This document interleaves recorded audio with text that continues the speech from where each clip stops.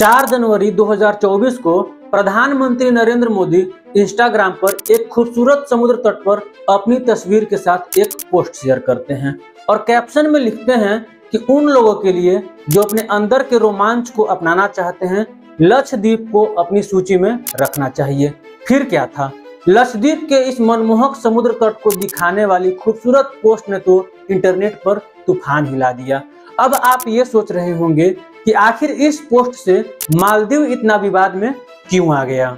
दरअसल यह post Lakshadweep tourism को प्रमोशन यानी बढ़ावा के लिए किया गया था, पर इसी पोस्ट को सीधे मालदीव से कनेक्ट कर दिया गया और इसके नीचे कुछ ऐसी टिप्पणी यानी कमेंट किए गए जिसके बाद से पूरे इंटरनेट पर एक नेक्स्ट लेवल का तूफान आ जाता है।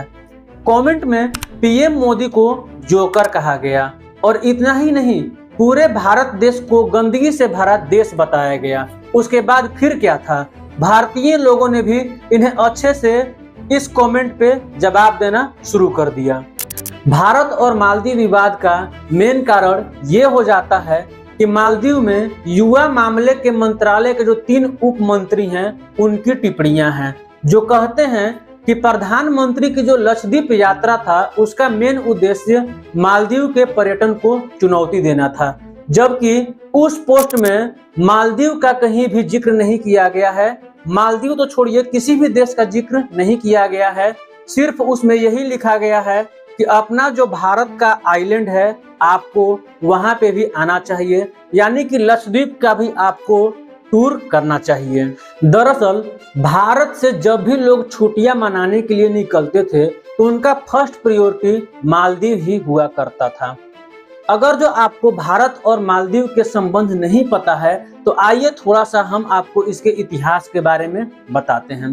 देखिए, भारत जो देश है यह हर देश को साथ लेकर चलने के पॉलिसी पर चलता है और इसके फ्रेंडली स्वभाव का चर्चा आज हर देश में है और हर इंसान का कोई न कोई एक सच्चा और पुराना दोस्त होता ही है जिस पर इंसान ट्रस्ट करता है, और ऐसे ही मालदीव और भारत हमेशा से एक अच्छे दोस्त रहे थे और भारतीय लोगों के सबसे पसंदीदा जगहों में से एक था मालदीव।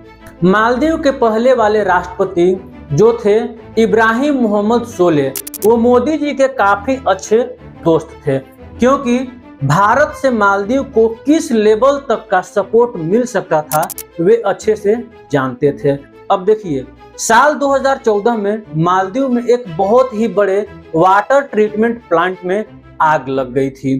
तब एक बहुत ही बड़ी वाटर क्राइसिस हो गई थी, यानी कि वहां पे पीने के लिए पानी खत्म हो गया था।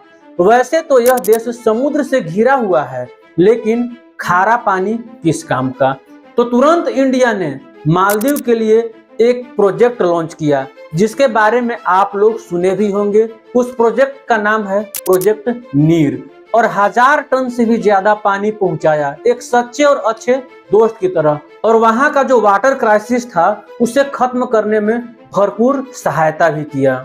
इंडिया ने पास्ट में भी कई मिलिट्री हेलीकॉप्टर्स मालदीव को गिफ्ट किया है, यहाँ तक कि मालदीव पर कोई देश हमला न कर दे, इसलिए भारत ने अपने पैसों से मालदीव को एक रडार सिस्टम भी दिया था, वो भी हमेशा एक सच्चे दोस्त की तरह।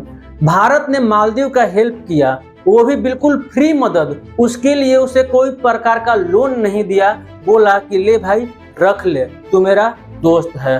अब देखिए, 2020 के कोरोना महामारी के वक्त भी मालदीव को वैक्सीन के मिलियंस ऑफ डोज भारत ने उसे दिए, पर फिर कुछ ऐसा हुआ कि भारत और मालदीव के रिश्ते बिगड़ने शुरू हो गए। जब तक मालदीव के पहले वाले राष्ट्रपति इब्राहिम मोहम्मद सोलिह थे तब तक सब कुछ ठीक था, लेकिन अभी मालदीव में एक नए राष्ट्रपति आए जिनका नाम मोहम्मद मिजू है।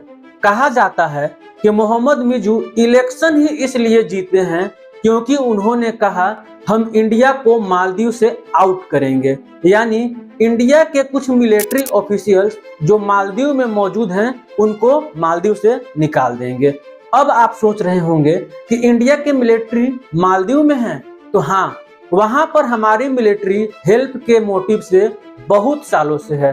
जो समय समय पर उनके जो खुद का फोर्स है उसे ट्रेनिंग देती है और साथ में उनकी पेट्रोलिंग में भी मदद करती है।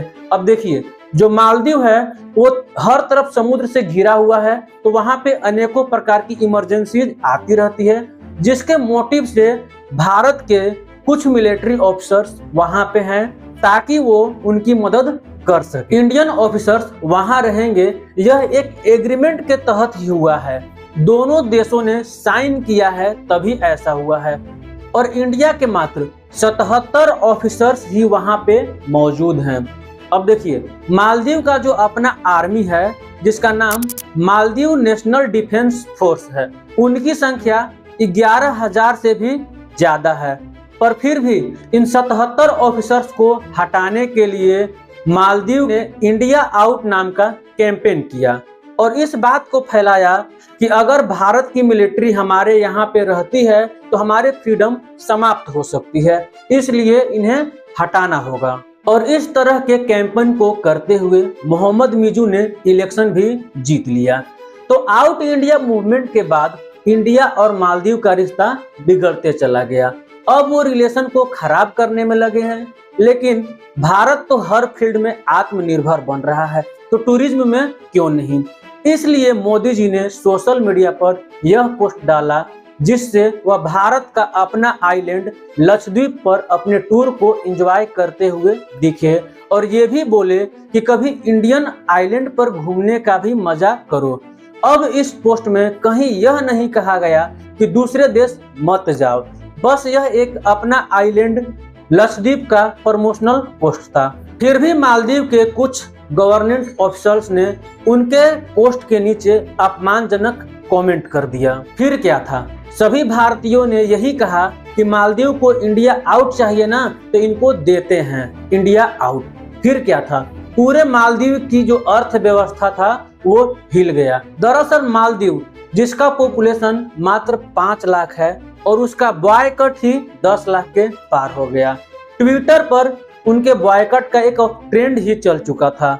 तो उसके ऑफिशियल सोर्सेज के हिसाब से पूरे मालदीव का जो जीडीपी है वो 28% सिर्फ टूरिज्म से आता है और 12% फिशिंग से, यानी दोनों मिलाकर उनका जीडीपी 40% होता है। और इस जीडीपी में हमारे भारतीयों का भी बहुत बड़ा योगदान है। पर इस मालदीव बायकॉट के बाद से मालदीव का टिकट भर भर के कैंसिल किया जाने लगा। ये सब सिर्फ एक सोशल मीडिया पोस्ट से शुरू हुआ और उनके नकारात्मक रवैये का असर पूरा मालदीव को पड़ा। अब मालदीव सरकार ने यह कहा कि अभी भी मालदीव सरकार भारत के साथ ही है और कमेंट करने वाले तीनों मिनिस्टर्स को सस्पेंड कर दिया गया और उनकी निंदा करते हुए कहा गया कि कुछ लोगों के चलते पूरा मालदीव का नाम खराब हो रहा है। तो दोस्तों, यही भारत और मालदीव के विवाद का मेन कारण बना। इसकी और डिटेल्स जानकारी वीडियो के डिस्क्रिप्शन में दिया गया है, तो कमेंट जरूर करें कि यह वीडियो आपको कैसी लगी और चैनल को सब्सक्राइब करके बेल आइकन को क्लिक जरूर कर दें ताकि जब भी मैं फिर से नेक्स्ट वीडियो बनाऊं तो आप तक उसका नोटिफिकेशन पहुंच सके।